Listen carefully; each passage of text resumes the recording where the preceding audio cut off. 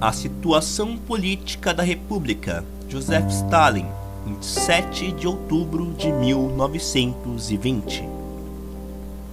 Camaradas, antes da Revolução de Outubro, em alguns círculos socialistas da Europa Ocidental, havia-se difundido a convicção de que a Revolução Socialista poderia instalar e ter êxito antes de tudo em países desenvolvidos, do ponto de vista capitalista. Além disso, uns profetizavam que um país desse tipo seria a Inglaterra, outros a Bélgica, e assim por diante. Mas quase todos diziam que a Revolução Socialista não podia ter início em países atrasados do ponto de vista capitalista, onde o proletariado é pouco numeroso e pouco organizado, como, por exemplo, na Rússia. A Revolução de Outubro refutou essa opinião, uma vez que a Revolução Socialista teve início justamente num país atrasado do ponto de vista capitalista, isto é, na Rússia. Além disso, alguns dos nossos tomaram parte na Revolução de Outubro estavam convencidos de que a Revolução Socialista na Rússia poderia ser coroada de êxito e que esse êxito poderia ser duradouro somente no caso de que, imediatamente após a Revolução Russa, instalasse no Ocidente um movimento revolucionário mais profundo e importante, que apoiasse e impelisse para frente a Revolução na Rússia. Pressupunha-se, além disso, que esse movimento instalaria sem falta. Essa opinião também foi refutada pelos acontecimentos, uma vez que a Rússia socialista, embora não tendo tido um apoio revolucionário direto por parte do proletariado ocidental, e apesar de rodeada por estados hostis, continuou a existir e a desenvolver-se com êxito há já 3 anos. Verificou-se que a Revolução Socialista não só pode ter início num país atrasado do ponto de vista capitalista, como também pode ser coroada de êxito, pode ir para frente e servir de exemplo aos países desenvolvidos do ponto de vista capitalista. Dessa maneira, a questão da situação atual da Rússia, colocada na ordem do dia pela conferência, assume este aspecto. Pode a Rússia, que está mais ou menos abandonada a si mesma e representa, de certo modo, um oásis de socialismo, rodeado por estados capitalistas inimigos dela, pode essa Rússia durar também no futuro, derrotando e aniquilando seus inimigos, como o fez até agora? Para resolver esse problema, é necessário, antes de mais nada, esclarecer quais são as condições que asseguram e podem também, de futuro, assegurar a existência e os êxitos da Rússia soviética. Essas condições são de 2 espécies: condições permanentes, independentes de nós, e condições transitórias, dependentes dos homens. Entre as primeiras condições, devemos antes de mais nada incluir o fato de que a Rússia é um país imenso, extensíssimo, em cujo território se pode resistir por muito tempo, retirando-se para o interior do país no caso de insucesso, para passar de novo à ofensiva após ter se reorganizado as forças. Se a Rússia fosse um país pequeno, como a Hungria, onde uma forte pressão do inimigo decide rapidamente da sorte do país, onde é difícil manobrar, onde não se pode retirar profundamente para o interior. Se a Rússia fosse um país pequeno assim, dificilmente teria resistido tanto tempo como o país socialista. Existe, além disso, uma segunda condição, também de caráter permanente, que favorece o desenvolvimento da Rússia socialista. É a circunstância de que a Rússia é um dos poucos países do mundo ricos, no interior, de todos os tipos de combustíveis, de matérias-primas e de gêneros alimentícios. Isto é, um país independente do estrangeiro quanto aos combustíveis, gêneros alimentícios, etc. Um país que, desse ponto de vista, pode dispensar o estrangeiro. Não há dúvida de que, se a Rússia vivesse com trigo e combustíveis importados, como a Itália, por exemplo, encontrar-se-ia numa situação crítica no segundo dia da Revolução, visto como seria suficiente bloqueá-la para que ficasse sem trigo e sem combustíveis. Ao invés, o bloqueio imposto pela Entente à Rússia prejudicou os interesses não só da Rússia, como também da Entente, uma vez que esta última ficou privada das matérias-primas russas. Mas, além das condições permanentes, há as condições transitórias, necessárias à existência e ao desenvolvimento da Rússia soviética, a par das permanentes. Quais são essas condições? São as condições que asseguram reservas à Rússia. O fato é que, nessa guerra encarniçada entre a Rússia e a Entente, uma guerra que dura há 3 anos e pode durar outros 3, em tal guerra o problema das reservas militares é um problema decisivo. Quais são as reservas da Entente? Quais são as nossas reservas?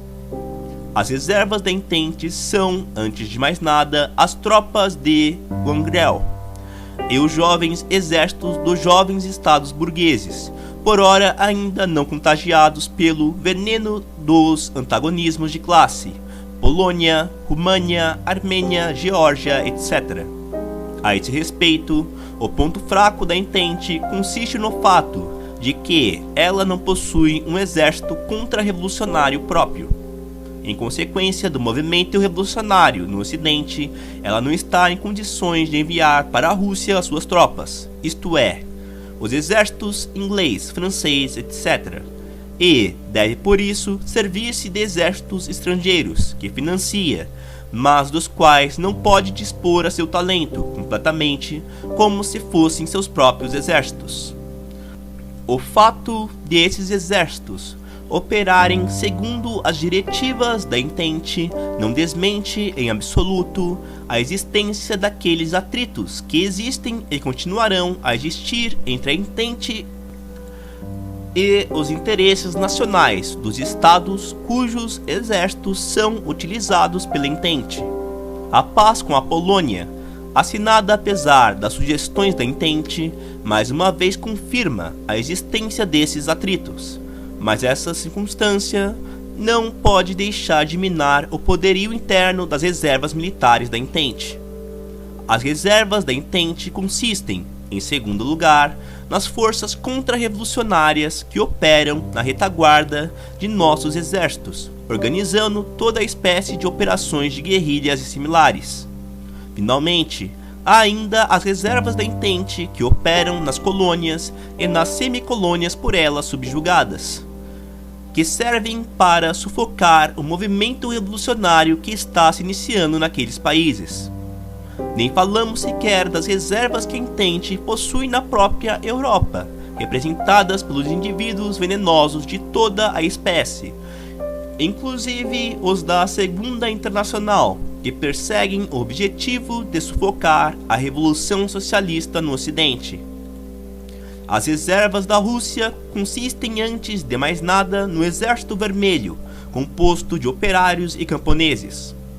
Ele difere dos exércitos recrutados e assoldados pela Entente, porque luta pela liberdade e pela independência do seu país, porque seus interesses coincidem com os interesses do país, pelo qual derrama o seu sangue, e com os interesses do governo sob cuja direção combate. Nisso consiste o inesgotável poderio interno das reservas fundamentais da Rússia soviética. As reservas da Rússia consistem, em segundo lugar, nos movimentos revolucionários do Ocidente, que, desenvolvendo-se, se transformam na Revolução Socialista. É fora de dúvida que, se não houvesse esse movimento revolucionário no Ocidente, a Entente teria exércitos contra-revolucionários próprios e se dedicaria a arriscar uma intervenção militar direta nos assuntos da Rússia. Enfim, as reservas da Rússia consistem na crescente fermentação do Oriente e das colônias e semicolônias da Entente, que, transformando-se em movimento revolucionário aberto pela libertação dos países do Oriente do jugo do imperialismo ameaça deixar a Entente sem fontes de matérias-primas e de combustíveis. Deve-se recordar que as colônias são o calcanhar de Aquiles do imperialismo, que, se forem golpeadas, colocam a Entente numa situação crítica.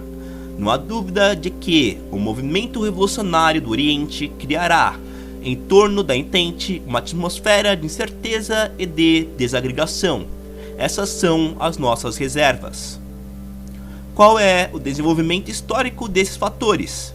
Em 1918, a Rússia soviética era representada pela Rússia interior, separada das fontes de matérias-primas, de gêneros alimentícios, de combustíveis, Ucrânia, Cáucaso, Sibéria, Turquestão. Sem um exército digno, de menção especial, sem apoio por parte do proletariado da Europa Ocidental. Então a Entente podia falar de uma intervenção militar direta nos assuntos da Rússia, coisa que efetivamente fez. 2 anos depois, a Rússia já apresenta um quadro totalmente diverso.